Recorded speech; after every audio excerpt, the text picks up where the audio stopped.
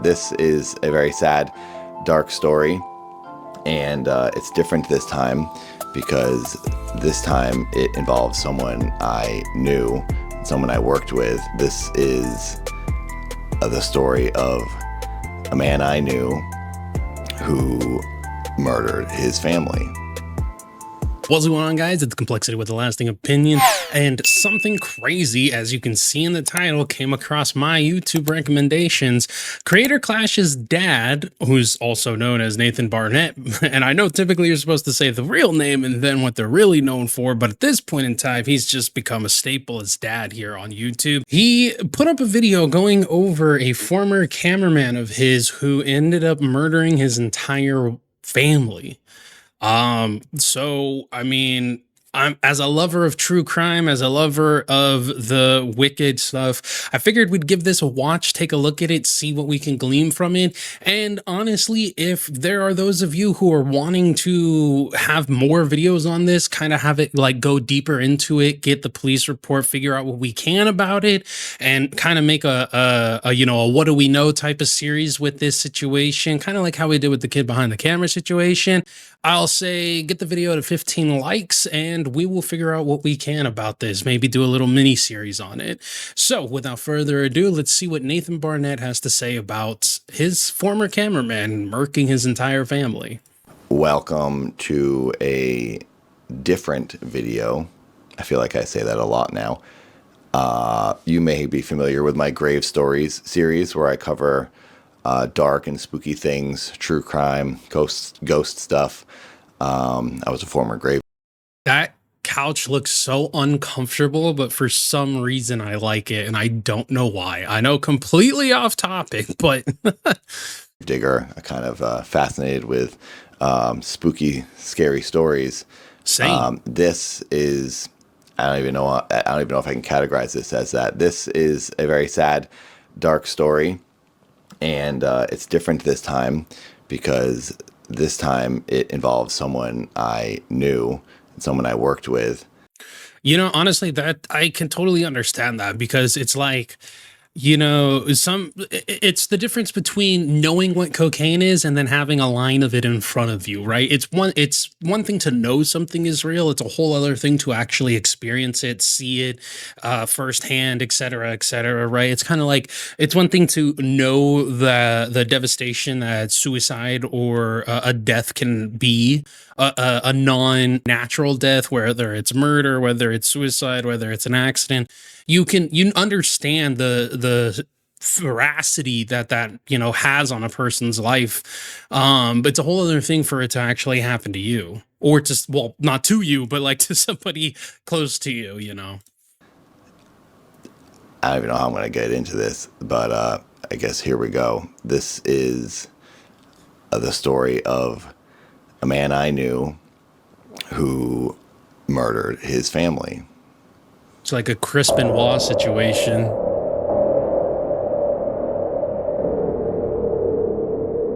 I don't really have a script for this episode. I'm just going to tell you the events as they happened and as I know them to have happened. So, which honestly, in my personal opinion, is the best way to go about it. Just talk, ramble, don't write a script. It's kind of like too polished. Like, let it be personal, Here we go. Sam Haskell was a man that I worked with over the years. You've seen the videos I've done with him, my Stupid Idiot series where I was at the school as a gym teacher, my Skittles commercial. Jesus Christ, bro. Okay, I know this is supposed to be serious, but my man, that hairline far receding. I wonder if he shaved it just for that, because it looks like either he got plugs or it grew back here.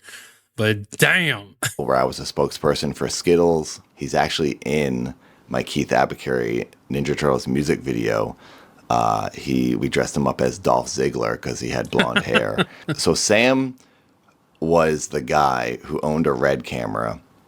When I made stuff with Maker Studios, I had a producer, and Maker Studios had like DPs and just like this whole crew of everyone that would film videos for YouTubers, and I was one of those YouTubers. Sam was the guy who owned the camera and would rent it to the team of people to film these videos. And he always came with the camera. He wanted to be, Oh, okay. So this is kind of like a Gavin free slow mo guys type of deal.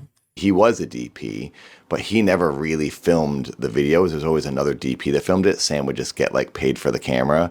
He didn't even have to be there, but he always was there, especially on my shoots. He was a fan of mine. He used to talk to me all the time. He loved video games. He liked Keith Apicary.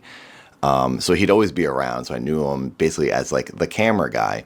He was a unique guy. He was a little different. For example, there was a time where my friend Paul and I, who directed a lot of the videos I did, Paul and I went to his house to pick up footage from a video we shot. We went there to his house, and the house was like really big. It was like a mansion, basically. And there was very little like personal effects in there, I'm gonna assume. The room we went into was just completely empty. Like, What did I say? What? Listen. Okay. Since very young age, I have been enthralled in like media, true crime. I mean, I spend time out of my own like day to binge watch like documentaries and body cam and studying this type, not studying this type of stuff, but like soaking a lot of this stuff in, man. And I like to think that I'm educated more than just your average person, because I do actually look into these laws and stuff like that. But yeah, there's kind of a telltale sign there. Well, not a telltale sign, I should say, but generally somebody who doesn't have a whole lot of personal effects is like mentally they're a wanderer. They're somebody who doesn't really plant down roots. They have no emotional ties to a lot of things. And I think that it's very dissociative, not like dissociative disorder, but it's very dissociative from what people would consider to be like a common thing, right? Generally, if you're a bachelor, a lot of the time people will be one of two extremes. Either there's a whole lot of stuff there, the ping pong, the arcade, the dude stuff, and then there's the opposite extreme, because most of the time guys are incredibly minimalistic. I mean, I'm sorry, like we really are. And there was a point in my life, especially in the Marine Corps, where I could fit anything and everything I owned into 2 suitcases, and that was it. And I'm talking everything. Obviously, you can't fit a bed in there, but I didn't really need to fit a bed in there because there wasn't a bed that was mine per se. It was just mine for the time being. Even after I got back, like I still, I was living with my then girlfriend at the time. And yeah, even then, like I had the smallest drawer in the apartment. So it's like, yeah, it's not necessarily a red flag. It's just one of those things that you kind of look back on and you're like, damn, like all these little breadcrumbs make a loaf, like this big mansion with no furniture in it besides one desk with a computer and his red plugged into it, where he dumped the footage and he would process the red camera footage. Yeah, because there's nothing that holds like a level of sentimental value to this person. And oftentimes, again, I don't know this person, the cameraman, but oftentimes like somebody who is a sociopath, or generally like sociopaths or people whom are that disconnected from general people, from general society, they have a very hard time latching on to something, a very hard time being sympathetic to things, or having any sort of emotional connection to anything whatsoever.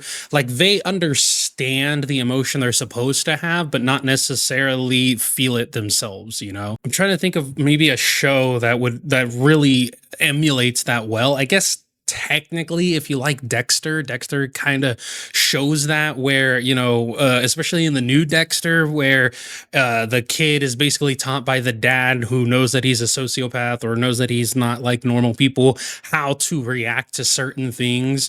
Or the show you is really good, where it shows that this dude knows that he's supposed to act a certain way, be a certain way, do a certain thing, have certain reactions. He just doesn't feel it them himself. himself, but he knows it's socially acceptable to react in a certain way. And there was like nothing else in the room. And Paul and I were like, what the heck? What? This is so strange. He grew up in the entertainment industry. His dad was a really big agent. And that's what we assumed, that's where the money came from for the house and how he got his red camera. One interesting story I have about Sam was a time he asked me to come and be in a short film. It was either a short film or like someone, they were filming a TV pilot and they wanted to show it to a network, so they're shooting an episode. I went to this location in Tarzana where Sam was filming this like project for these two people. It was a guy and a girl. They had written it and they were directing it. And they just needed me to do like a small part where I was wearing like a bunch of casts. Sam wanted to elaborate on my part because he was like a fan of mine. He's like, no, dude, this is too small of a part for you. You need to do something bigger in this. And then I remember the people walking away because he had a conversation with them that I couldn't really hear. And they walked inside and then he said to me, I just told them I'm not filming the rest of their thing unless they give you like some more lines and stuff. And then they went inside to be like, what the heck do we do? This guy's like, this cameraman's hijacking our project. And I was like, oh my God, dude. But eventually I went inside and they got the shot they needed of a guy laying in a bed. And they just needed a shot of me like laying in a bed like this with a bunch of casts on. And that was pretty much all they needed. And he came about this whole other thing. So like we got everything done and then I left and the people I could tell like they were like, this is going to be hard to get through this because the guy's basically saying, I'm not going to film it for you unless you do what I want. He was trying to like direct it. So that was awkward and that was weird. And this is like one of my few experiences. That sounds like, again, not to be armchair psychologist or anything of that nature. I'm just simply giving thoughts on just previous things. But it's like, it does sound like you wanted a level of control over it, which a lot of the time people who do these types of acts, or a lot of the time people who inflict pain or suffering onto other people, is because of that self-fulfillment of control, because it's something that they lack within themselves or within their own life, and a lot of the time that's really what like serial killers or killers in general will latch onto, is that power, that feeling of control over oneself and over the life of another person. So regardless of how minimalistic it might be, it's still something that they end up lusting for or needing. It's kind of like a drug, the same way as like killing can sometimes be a sexual relief or a euphoric relief to a person, because it's the only time in which they're able to feel any amount of pleasure, whether it's pleasure as in joy or pleasure as in getting their rocks off. With him because I'd only see him on set when we'd be filming my videos and he would tell me how much he liked Keith. That was the time I like really worked with him alone without anyone else around. So that's pretty much my experience with Sam. And I stopped working with him and seeing him when Maker Studios shut down long ago. So I hadn't thought of this guy in like 8 to 10 years. And then my mom. Okay, so this isn't like a FPS Russia situation where like his manager got gunned down in a parking lot, one day or something like that. Okay, so this is like basically, hey, you found out about so and so, and it was a crazy thing. Yeah, I've had that before. Only the dude didn't kill his family; he killed himself. In November of 2023, texts me and says, hey, do you know this guy? And it was like some news link of like NBC News or whatever, something from Boston. My mom's in Massachusetts and she's watching the news. And she asked me if I knew there was a story about some guy in Los Angeles and some crime happened. And that's what I see. I'm filming a short film and I was like reading it as I was like on this set. I was like, Mom, why would you assume I'm just going to know some random person in a news article in Los Angeles? And then I'm reading it and it says Sam Haskell. And I was like, oh my God, I do know this person. And I text my mom. It's probably because his mom watches his videos, support, goat mom. Mom back. I was like, yeah, I do know this person. This is so bizarre. And it's saying how Sam allegedly at this point murdered his wife, and then her mother and her father, so his in-laws, crazy, in Tarzana, which is here in LA, and then chopped them up and put them in bags, and then had day laborers come to the house, to take the bags and throw them away in dumpsters. This is like close to freaking what's her name, Taylor Shabizzness, where she like got high with her boyfriend and then ended up like killing him during sex and then cut his head off and shit like that. And that's fucking and she like, yeah, she like cut him into pieces and like had his head in the car or something when the police ended up pulling her over or some shit like that.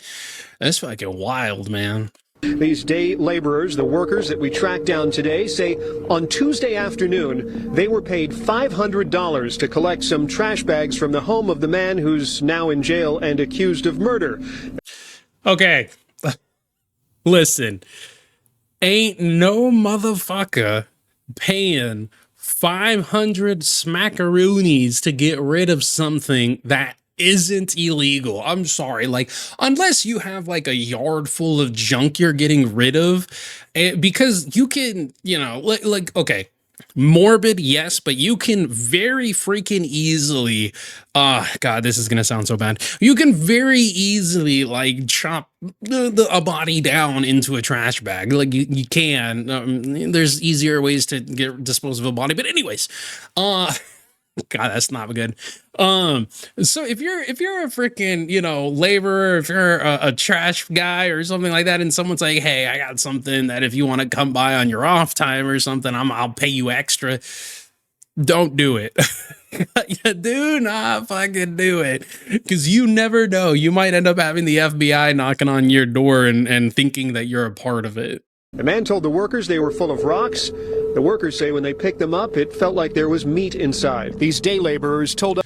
And see, that's another thing. There's a massive, like, come on. If you've never cooked or barbecued, you know what it's like to get like just a sack of meat or something, like a big thing of meat, like, you know, freaking, like, whether it's steak, whether it's pork, whether it's carne asada or something like that. Like, you know that it's got that like very, very like wet, squishy feeling to it.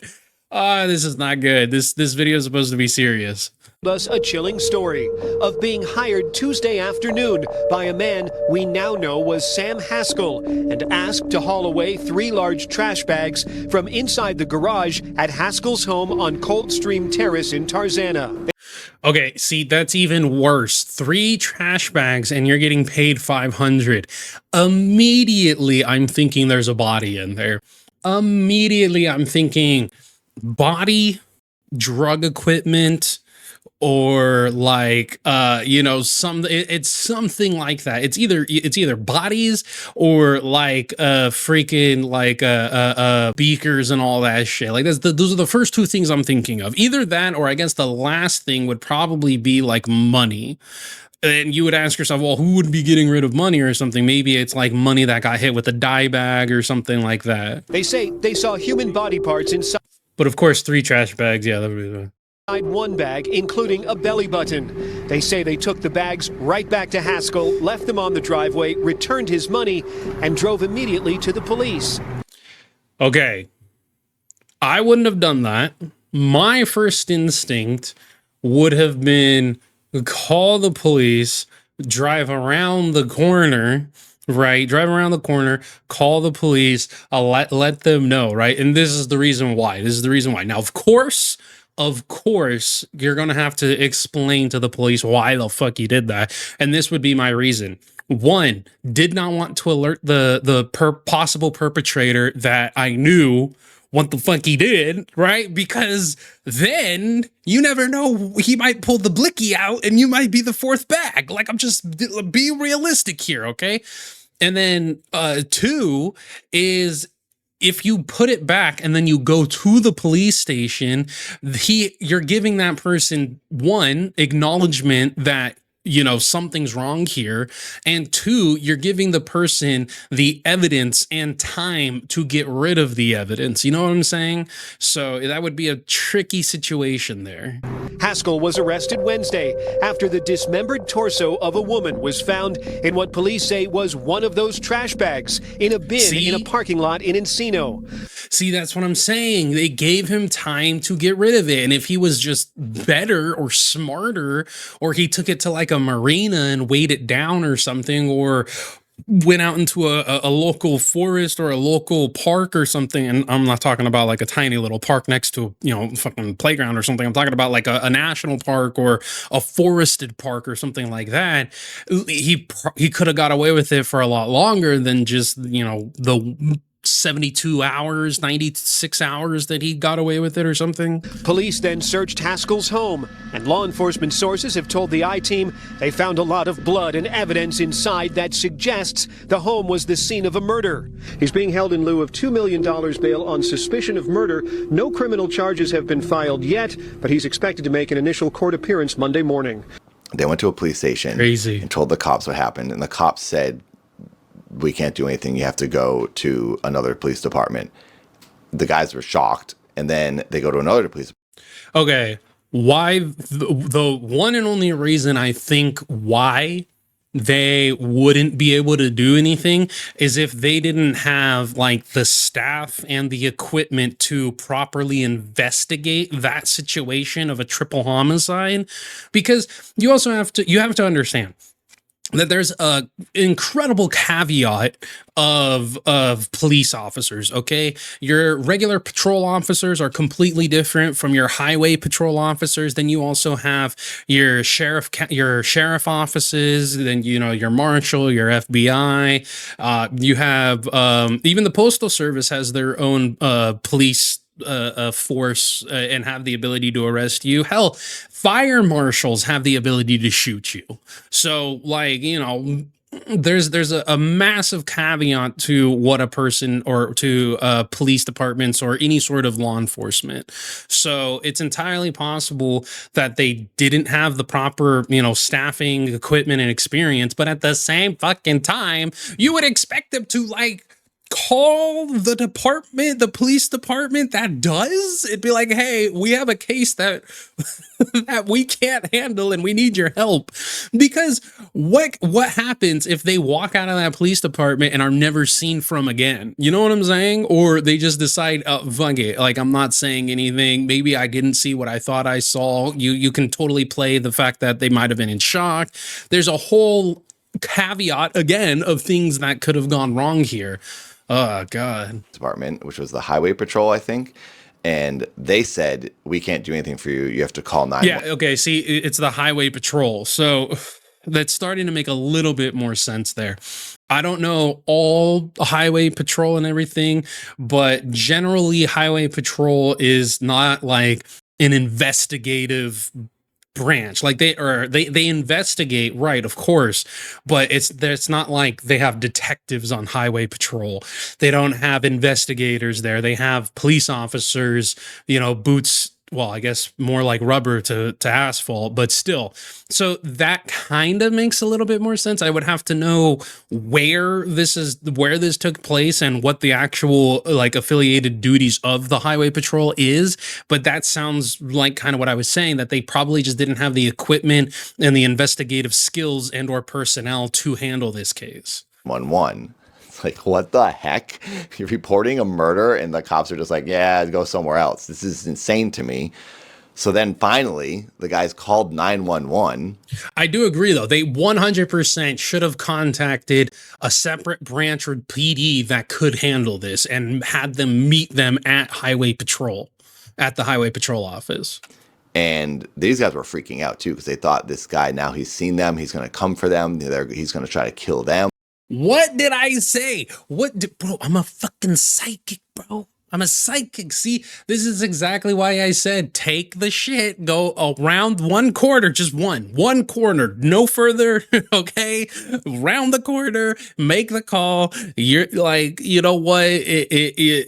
I'm sorry. My explanation, if explaining why to the police all of a sudden makes me a motherfucking suspect,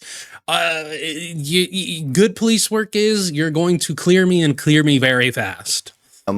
So these guys call 911, they report it, and eventually the cops come out to the house. And I think by this point, Sam had then taken the bags himself and dumped them in a dumpster. Yeah, of course. Of course.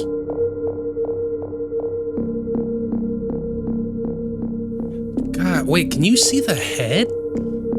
Holy shit. Hold on. We're gonna do a little investigating here, y'all. Can you see the fucking head? Look at this area right here. Look at this area. You see how it's white? You see how it's white right here? And it, like, this obviously is the torso.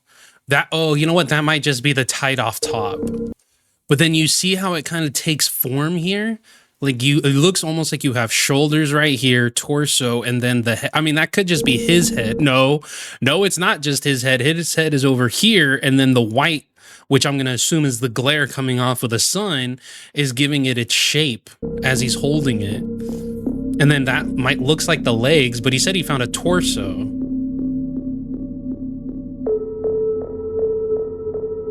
I don't know. Had then taken the bags himself and dumped them in a dumpster.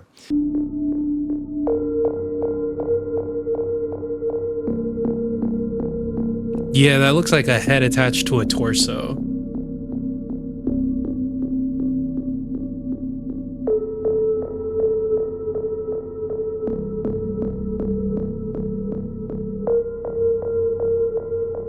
Crazy.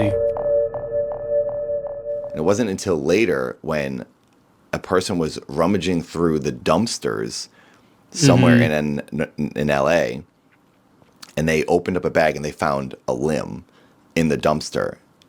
Yeah, and I mean, not to give advice to any would-be serial killers out there, but a dumpster is probably one of the absolute worst places if you're going to try and hide your crime or anything, because there's so many transients in this world. There's so many homeless people who go dumpster diving. Hell, people who have homes go dumpster diving to find shit. Yeah, those things are going to be discovered very, very fast. And then they called the cops, and the cops came, investigated the dumpster.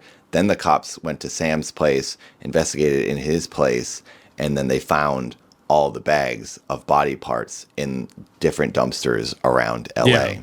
And then Sam was arrested. A Tarzana man is in jail on murder charges following the disappearances of his wife and in-laws. All three bodies are still unaccounted for. Mei Li, her mom and stepdad, who are all unaccounted for tonight, are all originally from China. In fact, they only have one family member who lives here in the United States. And with help from a translator, we spoke with him today about their traumatizing disappearance. On November 8th, someone found a woman's torso in a trash bag in Encino, and video linked that discovery to Sam Haskell's home in Tarzana.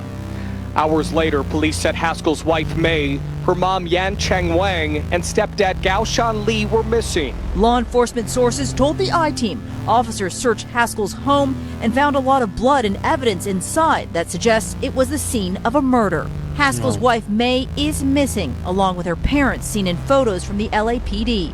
It was when Sam was arrested that I found out about this through the news article my mom sent me.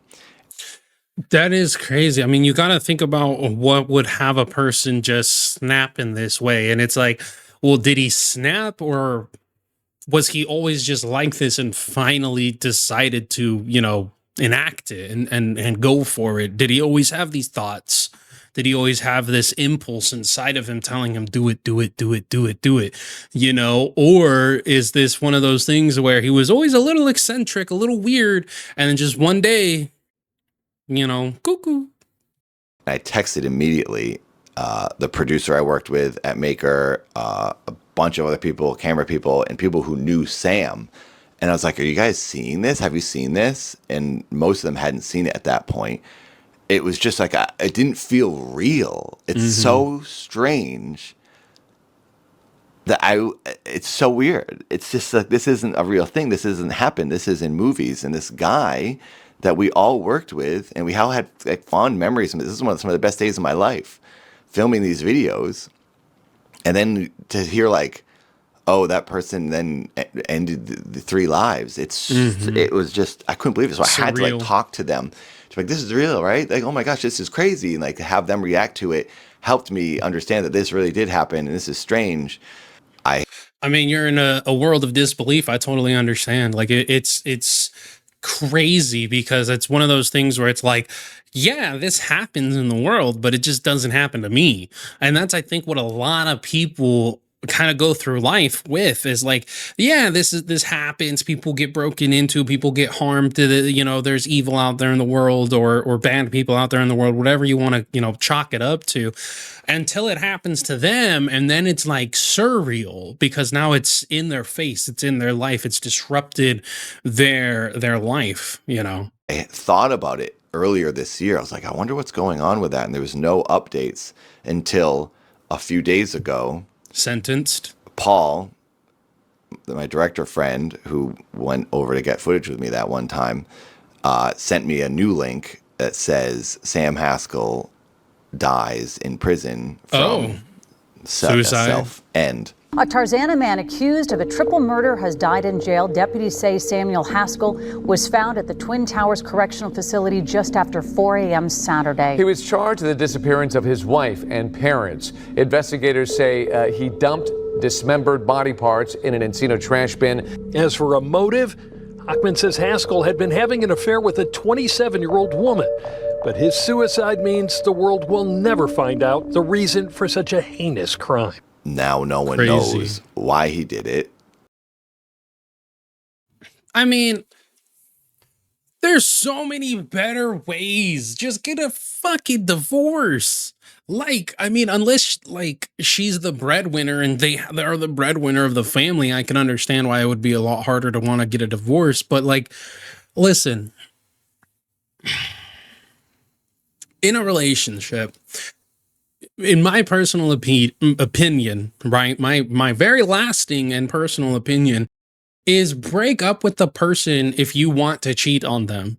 Like, that's me. Obviously, I know that there's people who get a thrill of that, who enjoy that, who want that, right? Who enjoy sneaking around and having that little, ooh, we might get caught type of deal. I get it. It adds some thrill to it and all this other bullshit. But like, leave the person. Don't kill them. Like, holy crap. I mean, we've seen it with like the Scott Peterson case. We've seen it with the American murderer. What's his face? I'll throw him up here. I forget his name. The dude who killed his wife and 2 kids and then tried blaming it on the wife because he said that the wife killed his son and then he killed the wife and then ended up killing the daughter. So whatever the fuck his name is. Like, it is, you will go insane trying to find sanity within the madness. And they also have still not found the remains of the parents. Apparently it's only his wife they have found. They had 3 kids. The 3 kids are with other family members. And I've just been thinking about this constantly. Okay, so this happened in 2023. It's 2025. That's 2 years. 2 years, depending on conditions, they might actually, still be able to find the bodies in a good enough condition to make positive ID without the use of dental records. But I mean, he only had so much time, right? I mean, I guess we would have to figure out how long between the laborers leaving his house and police showing up, because that was the only amount of time he had to get rid of the remains, right? Unless she was in those 3 bags and the family members were in some other bags and he already got rid of those. But if that was the case, why the fuck would he pay someone to get rid of his wife? Like, so many questions. It's so morbid and depressing and sad. I can't even imagine what their kids are going through. Both of their parents are gone. I mean, who cares about him? But this poor woman and her parents. So now he's gone and there will never be the answers that her family was hoping for. He basically gets away with it. Thinking about things that happened in the past and the way he would act, I feel like it's pretty obvious he was some type of a sociopath, because he didn't really have too many emotions. It was kind of just like, he was always like this, and he talked like this, and he was like, yeah, yeah. And it was just everything. When he was excited, like a permanent psychosis. he'd be like, yeah, that's really cool. And he'd be mad. He'd be like, no, I'm not going to do that. It was like, there was almost no emotion. And see, that's exactly what I was talking about. Like, a lot of the time, people who are in a psychosis, not a psychosis, because psychosis, you can fluctuate with your emotions and shit of that nature. But when you are like a sociopath or completely, disconnected from emotions and from general social standards, social cues, social, it's kind of almost like being autistic, where you have to learn how to interact with other people. You have to learn emotions, the correct emotions to respond with, and et cetera, et cetera, et cetera. So, and that's, I'm not to say that people who are, generally, their